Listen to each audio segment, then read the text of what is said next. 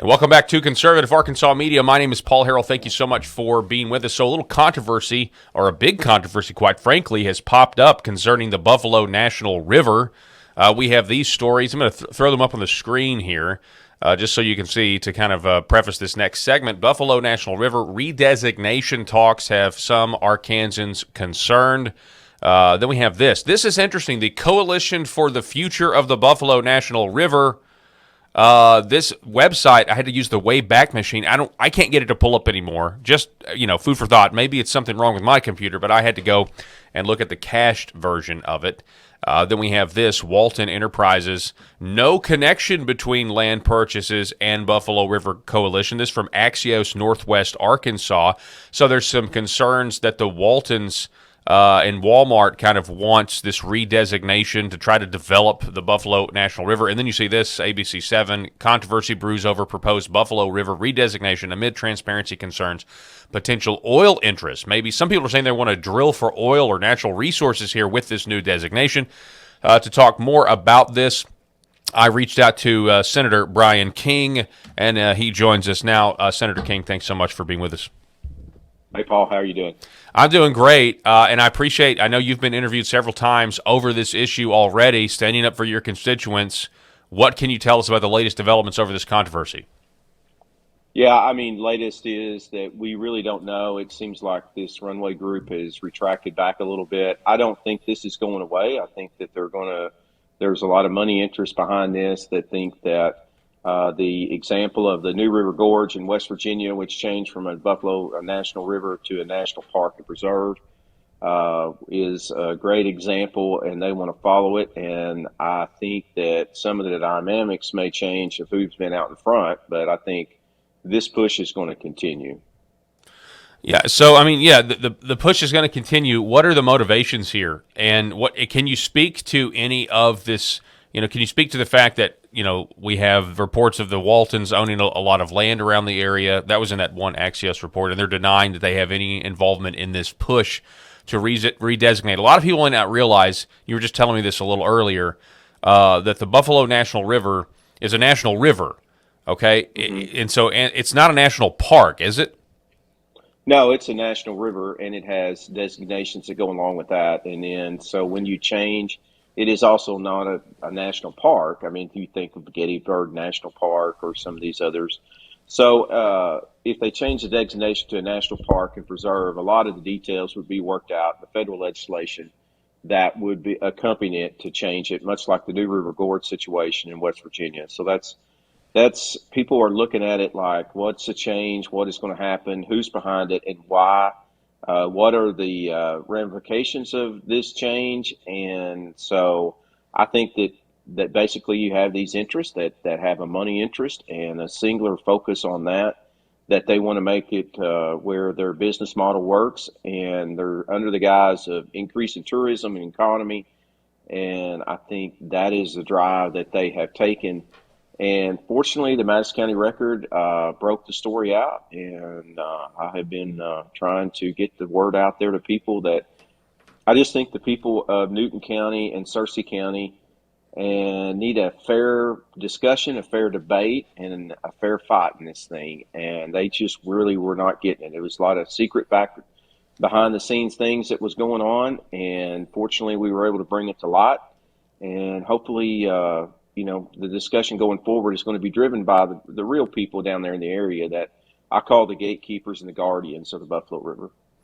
Well, a lot of Arkansans, are familiar with the Buffalo River. They go there for recreational purposes, but they don't live there like the people you just mentioned. And so, yeah, I think it's common sense that they would also have a seat at the table. And you mentioned under the guise of economic development.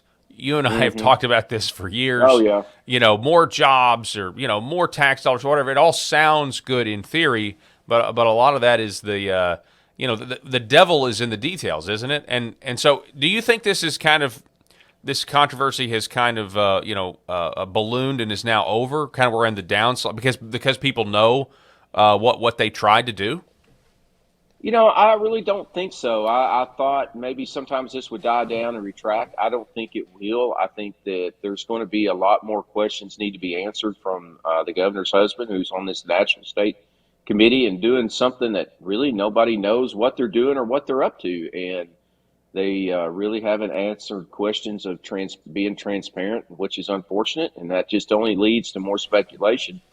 I think that not starting out locally was a mistake. It was disrespectful to the people down there. And, people may come in and float the buffalo and stay 3 or 4 days, but these people are the ones down there 365 days of the year and for several years, and some of them generational, that it means a lot to them. So the way this has been done has really been, at the very least, disrespectful, and deceptive at times.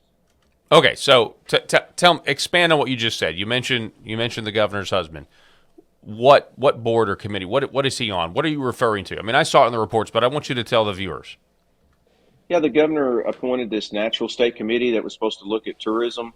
It was a self-appointed kind of committee that he heads up. To my knowledge, they're not having meetings, or they're discussing things. We really don't know. They haven't really been transparent.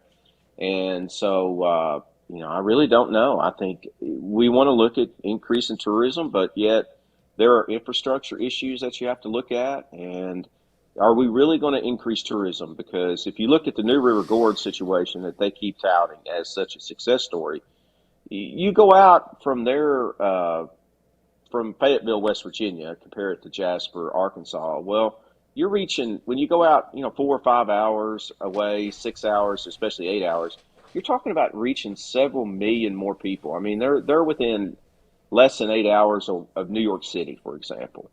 Well, I mean, 8 hours from Jasper doesn't reach that kind of population. You take in Washington, D.C., Philadelphia, those things. I mean, if you go out from Jasper, you're taking in Dallas. You're not even probably to Houston.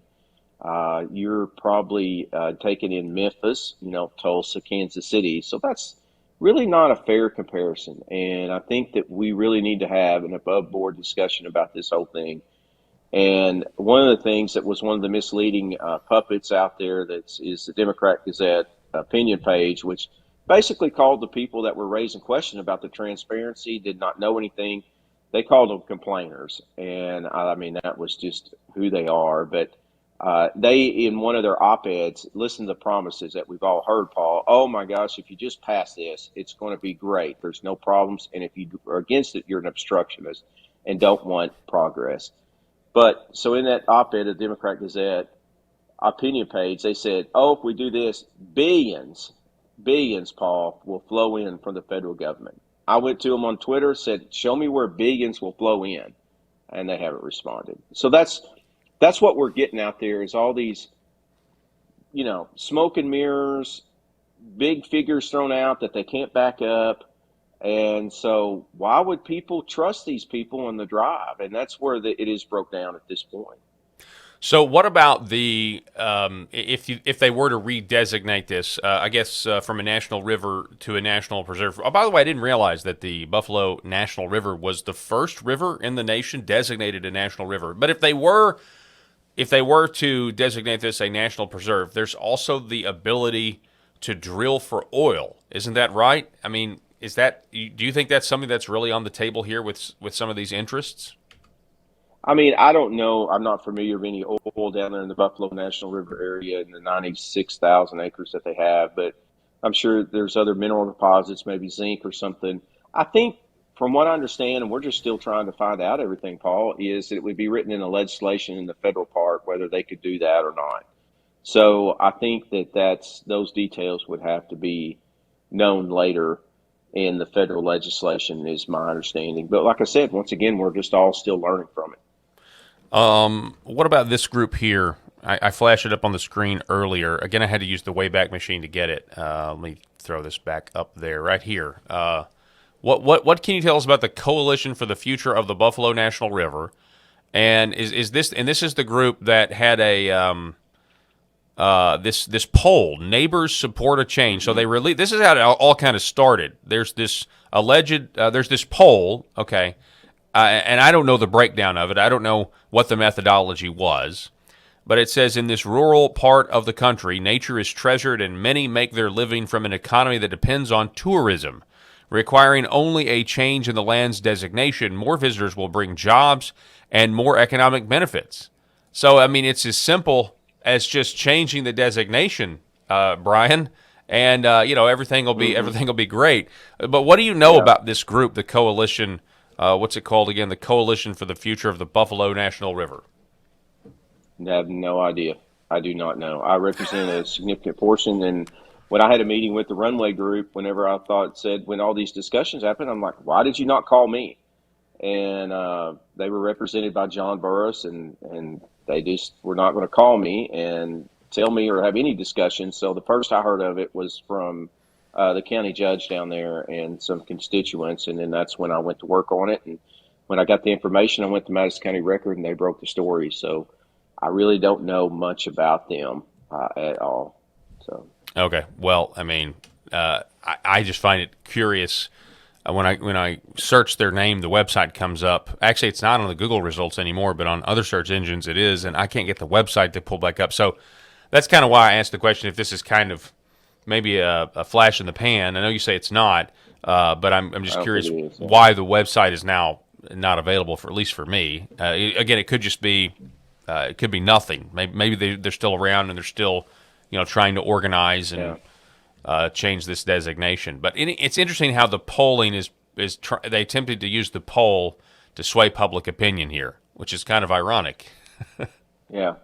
I think they were using the poll to sway federal delegation is what they're really doing. And the poll has been taken down, I think, because it's been clearly debunked. I mean, and there was only 7% of the respondents in Newton County were that. A larger, almost half, were in Baxter County, which if you look at really the heart, the Buffalo River National, or the Buffalo River watershed was where it really should have been confined to. My guess is it failed in there, and they just kept getting the sample size out bigger till they got the results they wanted. I mean, you and I both know we've been in politics and polls. You do polls to find out where you're really at, and you do polls to get a result that you want to have for Yeah. what you want to do. And I think that is why the poll has been taken down. I mean, if you have 64% of the respondents in this poll said they're in favor of this, and all of a sudden in the town of Jasper, which is less than 500, have almost 1,200 people show up, I don't think, and I doubt there was probably less than Yeah. 20 people there that were for this. So I think your poll was pretty debunked. Yeah, I mean, most polls are fake. That's the truth. While I have you here, so I'm going to move on to a secondary issue, or just a secondary issue in this interview, but it's a pretty big issue. We did hear a lot in the last few weeks about banning Syngenta or making Syngenta divest, the Chinese-owned company here in Arkansas. But there's a lot of people that have been asking me about crypto mining and crypto mining facilities that are in Arkansas that have ties to the Communist Chinese as well. Now, I know this is something that you've been following as well, but can you kind of give, if people don't know, can you give them kind of a boilerplate idea of what the situation is with crypto mining and the amount of power and energy it uses? Yeah, it's hard to do that. I mean, basically, I represent Harrison, and there was a Chinese crypto mining facility tried to come into Harrison. People just really didn't know what crypto mining was. I really didn't either.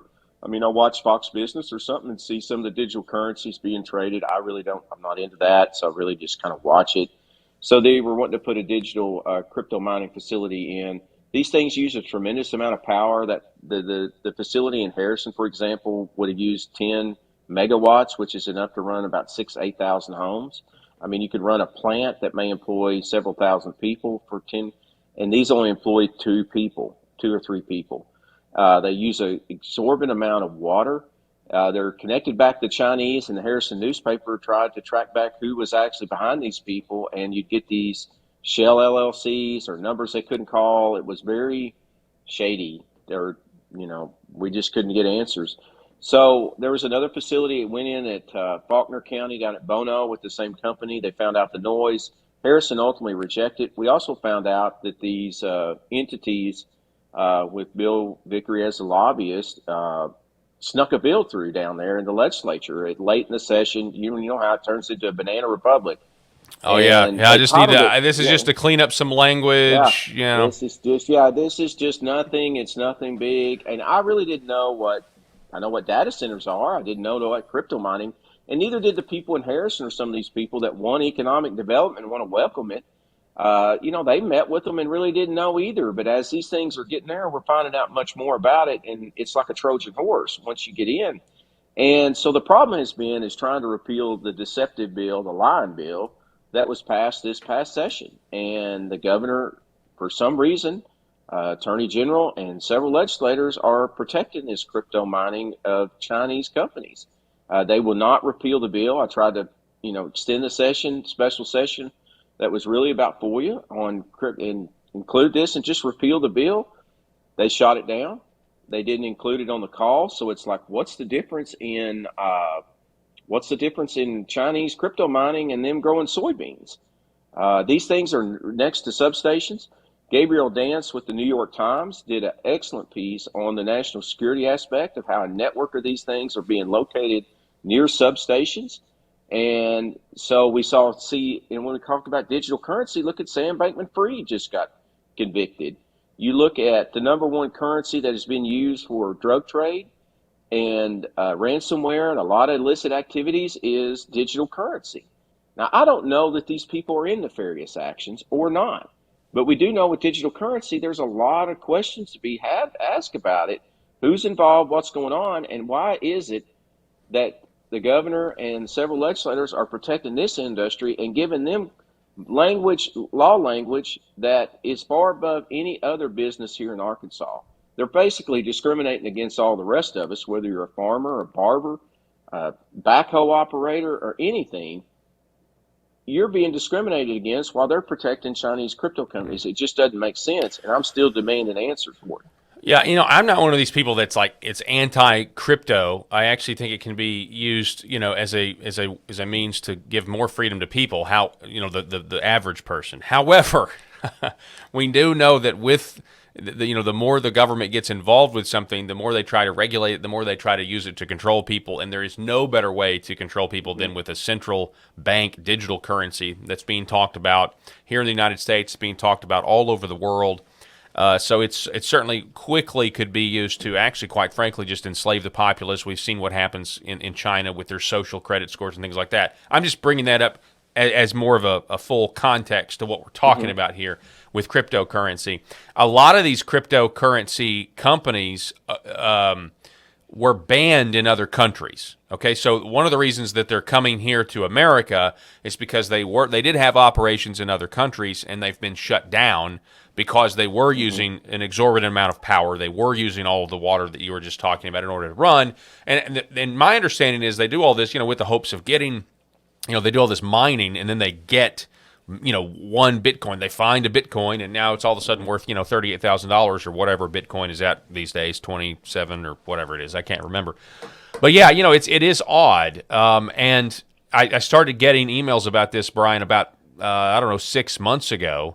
And I honestly, I couldn't believe it that this is happening here in Arkansas. And so, yeah, I think we do need to be consistent. I mean, if we don't want Chinese companies in Arkansas, we don't want any Chinese companies in Arkansas. I'll give you the last word. Yeah, I mean, I think so. But also remember, Paul, you can have the Chinese companies, but look at Asa Hutchinson's son is on the Chinese payroll. You could have front people out there. But I do think in this digital currency thing, we need to learn more about it. But I do think there's a lot of problems and issues about it. I mean, we can't sit there and say, hey, you payday lenders, banks, stockbrokers are having all this, and these other people are not. So either let's level and make the playing field fair, or let's make it where these Chinese crypto companies don't get extra language in the Arkansas code to be able to protect themselves, that language that, quite frankly, no other business gets out there. There's just something that stinks about this, and there's something not right about it. And so, anytime that real quick, which there you said there's one in Faulkner County. Where are the others? Harrison rejected it. So this is also, we need to get this out to other communities. You can reject these businesses coming in. It is in their power to do so. Well, you can, but now you're finding out in DeWitt's situation that there's legal ramifications because of the law that was passed that makes it. And what has happened is that the citizens in Bono just recently had a chili fundraiser to try and raise funds to fight $1 billion Chinese company in federal court. And anything that you're doing, they've got billions of dollars and big high-powered lawyers to fight. And towns like DeWitt are going to have a hard time fighting it, or Arkansas County, or any county. And so that's why this thing of these people in Little Rock and these legislators protecting Chinese crypto companies, like, what the hell is going on with you people?